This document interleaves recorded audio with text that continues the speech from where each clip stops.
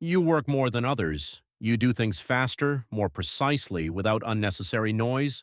You don't complain, you don't create conflict, you don't demand anything. And that's exactly why you're standing still. From the outside, it looks like a misunderstanding, as if you were simply overlooked, as if just a little more time, and everything will change. But the problem isn't that you're not seen. The problem is how you're seen. Not as a candidate for growth, but as a component that already fits perfectly into the system. People think the system promotes the best. In reality, it promotes the manageable. Not those who deliver results, but those who are easy to control at the next level. Now let's break down how this works. You're given complex, urgent, high-stakes tasks. You handle them quietly without unnecessary questions. You think, this is a sign of trust. But from the system's point of view, you become a load-bearing point that cannot be moved because too much depends on you. This isn't recognition, it's fixation in place. You don't bring up salary, don't argue about deadlines, don't ask for resources. You think, this is professionalism, but the system reads it as a lack of pressure, risk, and any need to change something. This isn't maturity, it's ideal manageability. You deliver more than others and faster than others. You think this is your main asset. But that's exactly why you're left untouched. Because your promotion would break the current efficiency. The system doesn't invest in growth if it reduces output here and now.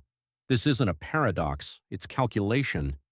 You don't talk about yourself, don't highlight your contribution, don't document results publicly. You think results speak for themselves. But in the system, those who don't speak have no voice.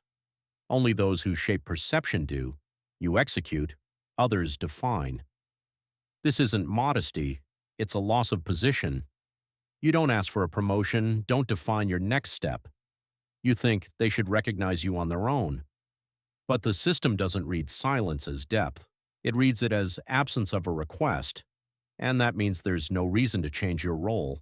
This isn't patience. It's a stop signal. Gradually, you stop being a person with potential. You become a function, the one who always delivers, the one who can be relied on. You think this is respect, but in reality, it's depersonalization. You're valued not as a source of growth, but as a stable mechanism. This isn't status, it's fixation. And now the picture comes together. You're not stuck by accident. You're fixed in place by the system because you fit it perfectly. You're efficient, quiet, you don't create tension, and you don't demand change.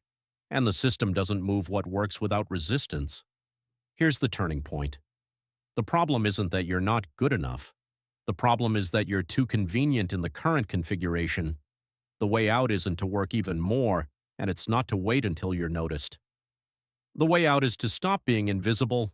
Start documenting your contribution not just internally but in the open. Stop delivering results without context. Start setting boundaries even if it creates tension. Stop confusing silence with professionalism.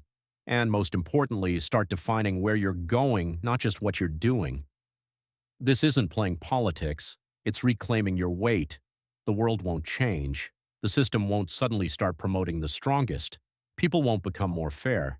But you can stop being a convenient function inside someone else's structure. You can step out of the position where you're used because you don't resist, and return to a position where you're considered because you define yourself. Not loudly, not aggressively, but clearly. And at that moment, it's not the system that changes, it's your place within it.